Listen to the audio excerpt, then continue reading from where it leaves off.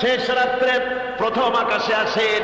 হাদিস শরীফে এসেছে প্রথম আকাশে আল্লাহ রাব্বুল আলামিন এসে দুনিয়ার মানুষকে ডাকেন, কে আছো গুনাহ করে জীবন বোঝাই করে ফেলেছো, নাফরমানি করেছো, গুনাহ করেছো, অথবা বিপদে পড়েছো, ঋণগ্রস্ত হয়ে পড়েছো, অসুবিধায় পড়েছো, মামলা মোকদ্দমায় পড়েছো, আমার কাছে মাপ চাও, আমার কাছে সাহায্য চাও। এই সময় যে সমস্ত বান্দারা আরামের ঘুমকে হারাম করে আল্লাহর দরবারে কাঁদতে থাকে, তাহাজ্জুদের নামাজ আদায় করে যখন হাত তুলে কাঁদে, আল্লাহ পাক তখন এই দৃশ্য দেখে ফেরেশতাদের বলেন, ও আমার ফেরেশতারা, আমার ওই বান্দাগুলি কাঁদে কেন? সমস্ত মানুষ যখন ঘুমানো, এই বান্দাগুলি কাঁদে কেন বলো? ফেরেশতারা বলে, আল্লাহ তুমি তো ভালো করে জানো। ফেরেশতারা বলে, আল্লাহ পাক বলবেন, তবুও তোমাদের মুখ থেকে শুনতে চাই। ফেরেশতারা তখন বলবে, রব্বুল আলামিন তোমার বান্দা গুনাহ করেছে, জাহান্নামের ভয়তে তোমার কাছে কাঁদতেছে, তোমার ভয়তে কাঁদে, জাহান্নামের ভয়তে কাঁদে। আল্লাহ জিজ্ঞেস করেন ফেরেশতারা, ওরা যে আমার ভয়তে কাঁদে, ওরা কি আমারে দেখছে নাকি? ফেরেশতারা বলে, না খোদা তোমারে দেখে নাই। আল্লাহ পাক বলেন, ওরা আমার যে জাহান্নামের ভয়তে কাঁদে, ওই জাহান্নাম তারা দেখেছে নাকি? ফেরেশতারা বলে, না আল্লাহ, তোমার জাহান্নাম ওরা দেখে নাই, তোমার বেহেশত কিছুই দেখে নাই। আল্লাহ পাক বলেন, ও আমার ফেরেশতারা, এই বান্দাগুলি আমার দোজখ দেখে নাই, আমাকে দেখে নাই, হাসর মিজান সিরাত কিছুই দেখে নাই, শুধু কোরআনের কথা শুনে, আমার নবীর কথা শুনে, আমার কোরআনের কথা শুনে বিশ্বাস করে আরামের ঘুমকে হারাম করে কিভাবে কাঁদতেছে তাকায় দেখ। আমার রহমতের দরিয়ায় জোশ মেরে গেছে, তোরা সাক্ষী থেকে যা, আমার ওই ক্রন্দনরত বান্দাগুলিকে আমি আল্লাহ মাফ করে দিলাম। আমার ভাইয়েরা, আল্লাহ পাক বলেন, আম্মান হুয়া কানিতুন আনা আল-লাইলি সাজিদান ওয়া কাইমা। আল্লাহ রাব্বুল আলামিন বলেন, সিজদার ভিতরে আর দাঁড়ানোর ভিতরে আমার এই বান্দাগুলি আখিরাতে আমার সঙ্গে দেখা করা লাগবে এই ভয়তে, জাহান্নামের ভয়তে তারা কাঁদে, এভাবে কাঁদতে থাকে। আর আল্লাহ পাক ওই সময় তাদের গুনাহ মাফ করতে থাকেন। কোরআনে কারীমের ভিতরে আল্লাহ পাক বলেন, সারা রাত ঘুমাতে আল্লাহ নিষেধ করেছেন, সারা রাত যেন ঘুমায়ো না, পাইকারি ধরে ঘুমায়ো না, একটু জাগো। ওয়াজকুর ইসমা রাব্বিকা বুকরাতাও ওয়া আসীলা। সকাল এবং সন্ধ্যায় তোমার প্রভুর, তোমার রবের জিকির করো, স্মরণ করো। وَمِنَ اللَّيْلِ فَاسْجُدْ لَهُ وَسَبِّحْهُ لَيْلًا طَوِيلًا। তোমার রাতের বেলায় রাতের একটা অংশ সিজদায় অবনত হও, আর রাতের দীর্ঘ সময় ঘুমায় থেকো না, হয় একটা লম্বা সময় ঘুমাও, কিন্তু একটা অংশ রাখো যে সময় তুমি আমার দরবারে সিজদায় পড়ে যাবে, কাঁদবে। আমার বন্ধুগণ, রাতটা ওয়াজআলনাল লাইলা সুবাতা, আল্লাহ রাব্বুল আলামিন ওয়াজআলনা সুবাতা ওয়াজআলনান নাওমা সুবাতা ওয়াজআলনাল লাইলা লিবাসা, ঘুমকে বানাইছেন আল্লাহ শান্তির বাহন, আর রাতকে করেছেন আচ্ছাদন। রাতকে কি করেছেন? আচ্ছাদন। রাতকে একটা পর্দা লাগিয়ে দিয়েছেন, রাতের পর্দা। যেহেতু প্রেম ভালোবাসা ঢোল পিটায় করা যায় না, ঢোল পিটায় প্রেম করা যায় যায় না, মানুষকে দেখায় দেখায় প্রেম ভালোবাসা করা যায় না। এটা হলো দুনিয়ার রীতিনীতি, দুনিয়ায় যেটা মানুষেরা করে। আসল সবচাইতে বড় ভালোবাসার পাত্র হলেন আল্লাহ, মাসুক হলেন আল্লাহ, আশেক হলো মানুষ। আশেক এবং মাসুকের ভিতরে প্রেম বিনিময় হবে, ভালোবাসার আদান প্রদান হবে, কথোপকথন হবে। এজন্য দিনের কোলাহল পূর্ণ অবস্থায় তা হয় না বলে রব্বুল আলামিন বলেন, আমি তোমাদের জন্য রাতকে একটা আচ্ছাদন, একটা পর্দা বানাই দিয়েছি। এই রাতের পর্দার ভিতরে থেকে আমারে ডাকো, আমাকে আমার কাছেই তুমি আমাকে ডাকো, একটা লম্বা সময় নিয়ে আমাকে বলতে থাকো, আমাকে ডাকতে থাকো। আল্লাহ পাক তার নবীকেও বলেছেন, ইয়া আইয়ুহাল মুসাম্মিলু কুমিল লাইলা ইল্লা কালিলা। হে চাদর আচ্ছাদিত ব্যক্তি, রাত্রিকালে সালাতে দণ্ডায়মান থাকো, কিন্তু কম, সারা রাত জাগার দরকার, একটা অংশ জাগো যখন তুমি আমার জন্য কাঁদবে, আমার জন্য সিজদায় পড়ে থাকবে। সাহাবায়ে কেরামদের সঙ্গে রোমকদের লড়াই হতেছে, রোমক সৈন্যরা যুদ্ধে জিততে পারতেছে না কিছুতেই। এরপরে তারা গোয়েন্দা বিভাগের লোক পাঠায় দিল, এদের সঙ্গে জিততে পারি না কেন, একটু খুঁজে দেখে আসো রাত্রে এরা করেটা কি। গোয়েন্দা বিভাগের লোক সারা রাত ঘুরে ঘুরে তারপরে এসে রিপোর্ট করলো।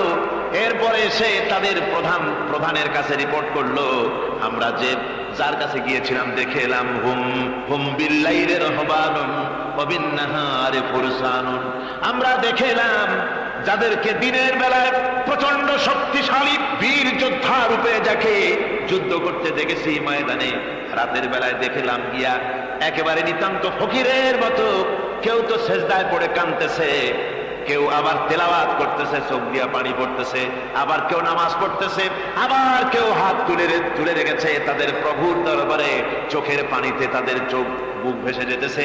সারাটা রাত তেলাওয়াত আর সেজদা আর নামাজের মধ্যে তারা এভাবে কাটিয়ে দিয়েছে। সেনাপতি এই রিপোর্ট শোনার পরে বললেন, ও গোয়েন্দা বিভাগের লোকেরা, আমার রোমক সৈন্যরা শোনো, যে জাতির নৈতিক মান এত উচ্চে, ওই জাতির সঙ্গে যুদ্ধ করা মানে আমাদের আত্মহত্যা করার শামিল।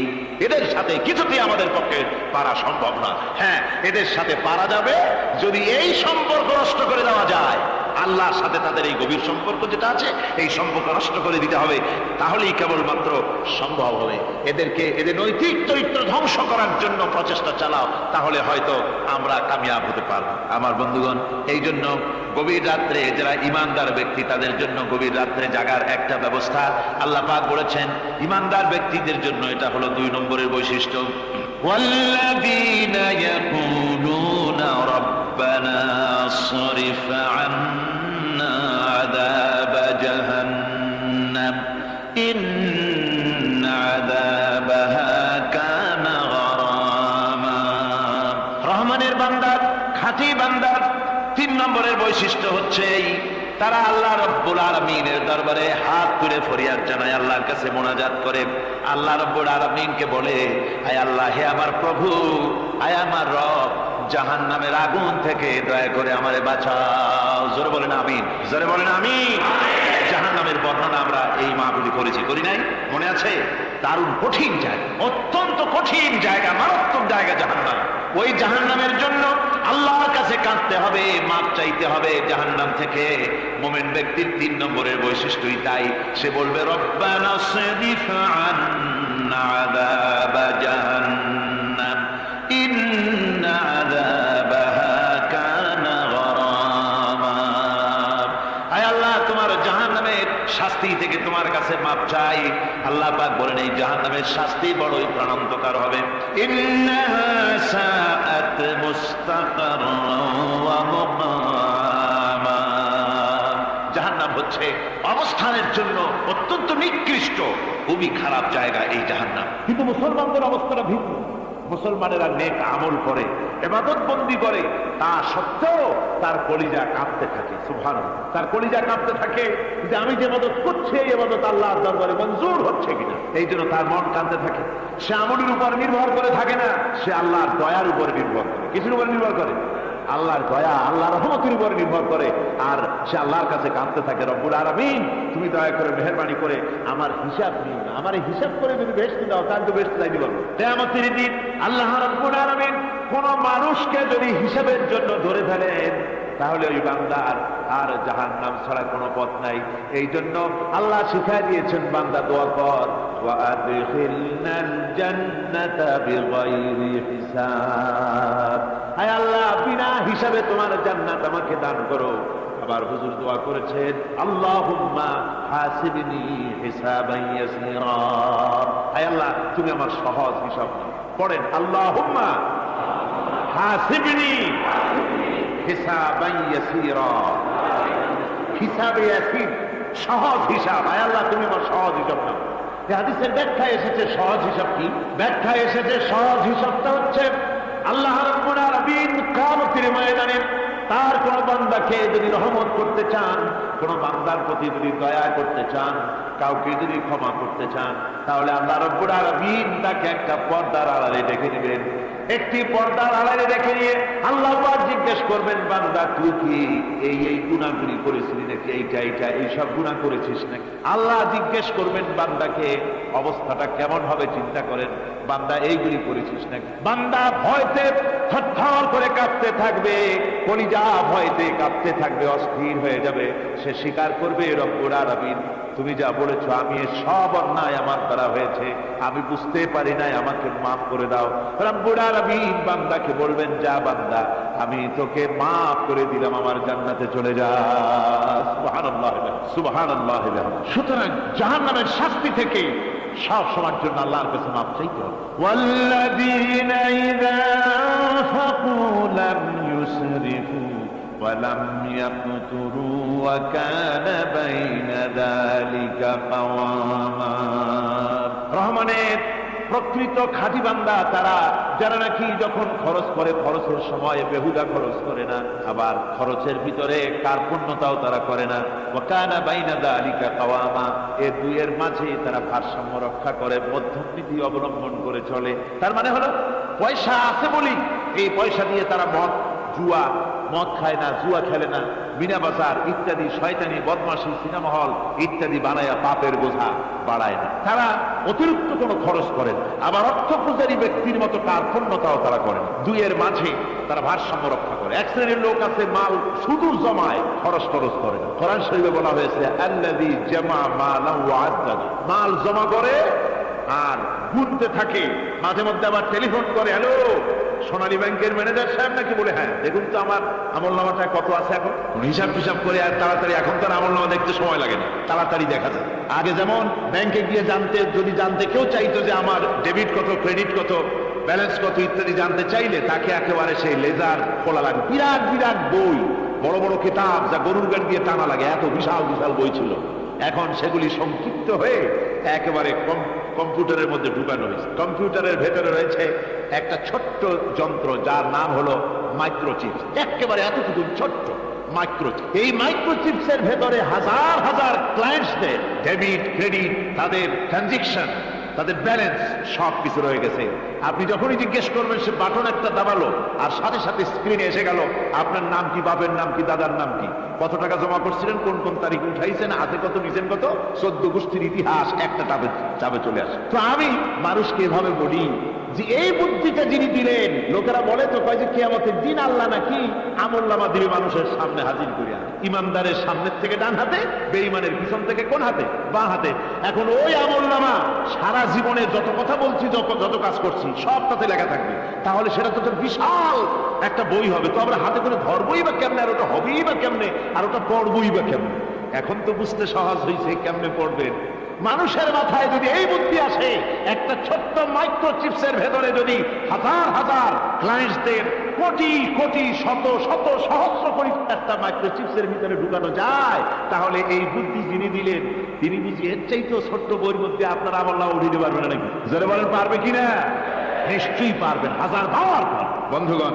সুতরাং এরা মাল জমা করে আর গনে, জিজ্ঞেস করে ম্যানেজার সাহেব কত হয়েছে, বলে যে এত লক্ষ এত, তখন আবার চিন্তা হয় যে আরো কত টাকা জমাইতে পারলে কোটি হয়, তারপরে আরো 200 কোটি হয়, এভাবে তারা জমাইতে থাকে, খরচ করে। তো এ ব্যাপারে সন্তানের জন্য, সন্তানদের জন্য খরচ যেটা লাগে সেটা স্ত্রী পুত্র সন্তান আত্মীয় স্বজন যেটা আছে যা তাদের জন্য যে পরিমাণ খরচ করা লাগে তা যদি না করে তাহলে এটা হচ্ছে বখিলি, আর খরচ করতে গিয়ে যদি বেশি করে তাহলে সেটা হচ্ছে বেহুদা খরচ। এখন এই বেহুদা খরচ থেকে আমাদেরকে বাঁচতে বলা হয়েছে। বিষয়টা হচ্ছে নিজের আত্মীয় স্বজন সন্তান সন্ততির জন্য খরচ করতে হবে যা লাগে তাই, আর আল্লাহর রাস্তায় যখন দেওয়ার কথা আসে তখন প্রাণ খুলে দান করতে হবে।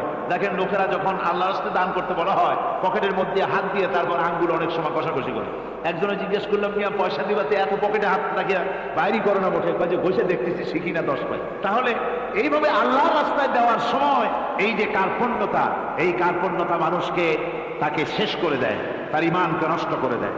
আর পয়সা আছে বলে বেশি খরচ করতে হবে, যেমন বিবাহে লোকেরা খরচ করে আমাদের দেশে, কোরবানি করতে গিয়ে খরচ করে। হ্যাঁ কোরবানি করবেন, আপনি ভালো একটা কোরবানি করবেন, আপনার পয়সা যেমন আছেন তেমন, কিন্তু 50,000 টাকা দাম দিয়ে একটা গরু কিনা সেই গরুর গলায় মালা দিয়া এরপরে সারা শহরে প্রদর্শনী করতে হবে, এর কোনো যুক্তি নেই। আছে কোনো যুক্তি? যদি তা হয় তাহলে ওই গরু যিনি কেনেন তার গলায় মালায় দিয়ে দুজনে একসাথেই ঘুরানো দরকার, বুঝলেন? আমার বন্ধুগণ, আপনি কোরবানি করবেন, কোরবানি আপনার 10,000 টাকায় হয়ে যেতে পারে, 15,000 টাকায় হয়ে যেতে পারে, বাকি টাকাগুলি আল্লাহর রাস্তায় খয়রাত করে দেন। কত গরিব আত্মীয় আছে তাদের দিয়ে দেন। 50,000 টাকা দিয়ে বিরাট বাজারের সেরা গরু খরিদ করে কোরবানি দিচ্ছেন, অর্থটা কি? মানুষকে দেখাচ্ছেন আল্লাহর দরবারে গোশত যাবে না, চামড়া যাবে না, রক্ত যাবে না, যাবে আপনার নিয়ত। কি যাবে? নিয়ত। সুতরাং আল্লাহ রাস্তায় যখন খরচ করবেন সেই খরচ করার ব্যাপারে তখনও নিয়তটা দেখতে হবে। হালাল পথে খরচ করতে গেলেও নিয়তটা দেখতে হবে, এবং তখনও বেহুদা খরচ করা যাবে না। বিবাহে যেভাবে খরচ আজকাল করে মানুষেরা, হুজুর সাল্লাল্লাহু আলাইহি ওয়াসাল্লাম বলেছেন যে বিবাহে যত খরচ কম সেই বিবাহ তত বরকতপূর্ণ।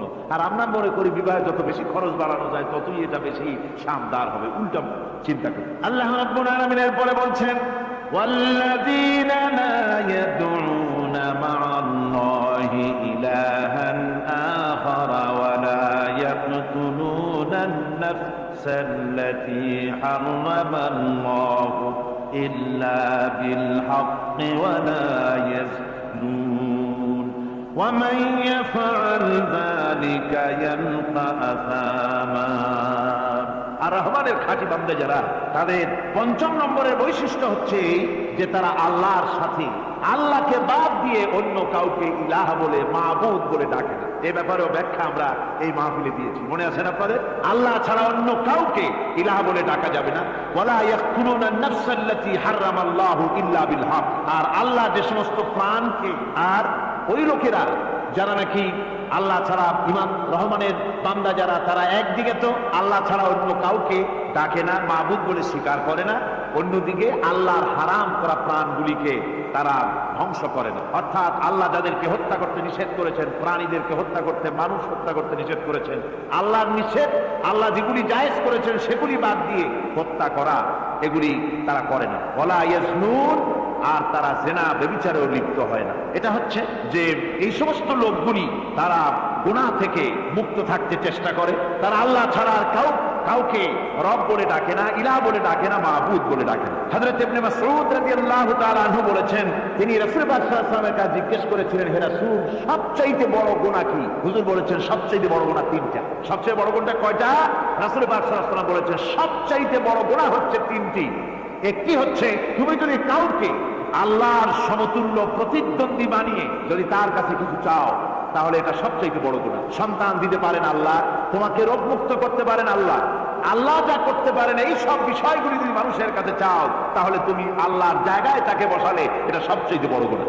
আর 2 নম্বরের গুনাহ হচ্ছে, নিজের সন্তান তোমার খাবার খাবে, তোমার খাবারে সন্তান ভাগ বসাবে, এই ভয়তে সন্তানকে হত্যা করা, এটাও বিরাট পাপ। আর 3 নম্বরে হচ্ছে প্রতিবেশীর স্ত্রীর সঙ্গে জেনা করা, এটা হলো আরেকটি। মোট 3টি গুনাহ বলেছেন রাসূলুল্লাহ, সবচেয়ে মারাত্মক গুনাহ। তার মধ্যে এই গুনাহগুলি তো আমাদের সমাজে চালু আছে। একদিকে সমাজের ভেতরে রয়েছে আল্লাহ ছাড়া মানুষের কাছে, মাজারের কাছে গিয়া, কবরের কাছে গিয়া, কবরওয়ালার কাছে চাওয়ার এই রেওয়াজ চালু আছে। এই রেওয়াজ কি চট্টগ্রামে কমেছে না বেড়েছে? কমেছে। জোরে কোন আলহামদুলিল্লাহ। কমে গিয়েছে, আগের তুলনায় বহুত কমেছে। যারা এই মাজারকে নিয়ে ব্যবসা করে, তারা অনেকে বলেছেন যে আমাদের ইনকাম আগে যা ছিল তার থেকে 4 আনায় নেমে গিয়েছে, 12 আনাই শেষ। জোরে কোন আলহামদুলিল্লাহ। জোরে বলেন আলহামদুলিল্লাহ। এই মাজার পূজা থেকে বাঁচতে হবে। 2 নম্বরে রয়েছে, সমাজের ভিতরে চালু আছে এই যে সন্তান হত্যা করা, এই হত্যা করার এক রেওয়াজ চালু আছে। এরপরে রয়েছে এমনি মানুষকে হত্যা করা। কলেজ ইউনিভার্সিটিতে যেভাবে মানুষ হত্যা করা হচ্ছে, এরা জানে না নিজের আদর্শকে প্রতিষ্ঠার জন্য আন্দাজ এবং অনুমানের উপরে ভিত্তি করে সেট করে মানুষকে হত্যা করছে। কি বলেন, করে না? আল্লাহ রাব্বুল আলামিন বলেন, ওয়ামাইয়াকুতুল মুমিনান মুতাআম্মিদান ফাজাযাউহু জাহান্নাম খালিদিনা ফিহা আবাদান। আল্লাহ রাব্বুল আলামিন বলেন, মুমিন বান্দা কি, কেউ যদি ইচ্ছে করে কাউকে হত্যা করে, তাহলে তার জায়গা হবে জাহান্নাম, তার আর কোনো শাস্তি নাই, একমাত্র জাহান্নামই হবে তার শাস্তি, চিরকাল জাহান্নামের ভিতরে থাকতে হবে। জোরে বলেন নাউজুবিল্লাহ। আজকে কলেজের মধ্যে, ইউনিভার্সিটিতে অনবরত আমরা হত্যাকাণ্ডের খবর শুনতে পাচ্ছি, সমানে হত্যা হচ্ছে। এই যে সন্ত্রাস এবং হত্যা যা হচ্ছে কলেজ ইউনিভার্সিটিতে, আপনারা আমাকে বলেন অনুরূপ হারে মাদ্রাসায় এই ধরনের সন্ত্রাস হচ্ছে? এত আস্তে জবাব দিলেন তাহলে বোধহয় হচ্ছে দেশে।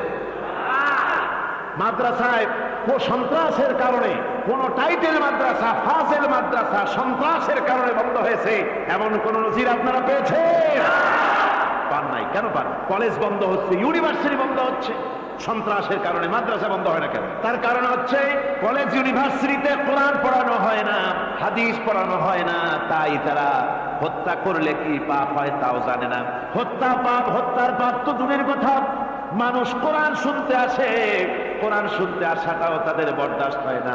আমি জানতে পারলাম, এ মাহফিল আসার সময় জানতে পেরেছি, চট্টগ্রাম বিশ্ববিদ্যালয়ের কাছে থেকে শ্রোতৃমণ্ডলী, মাহফিলের শ্রোতারা বাসে যখন আসতেছিল, সেখানকার কিছু সংখ্যক ছেলেরা ইট পাটকেল মেরেছে বাসের উপরে, বহুত লোক সেখানে আহত তারা করেছে। নাউজুবিল্লাহ মিন যালিক। কি শিক্ষা দেওয়া হচ্ছে সে? কিন্তু মাদ্রাসায় তো হচ্ছে না। কেন হয় না? তার কারণ হচ্ছে মাদ্রাসাগুলিতে কোরআনে কারীম পড়ানো হয়, রাসূলুল্লাহর হাদিস পড়ানো হয়, সেখানে জানানো হয়, এই কথাগুলি পড়ানো হয়। যদি কেউ কাউকে হত্যা করে জাহান্নাম ছাড়া কোনো জায়গা থাকবে না, চিরকাল জাহান্নামে থাকতে হবে এই ভয়তে। ওরা হত্যার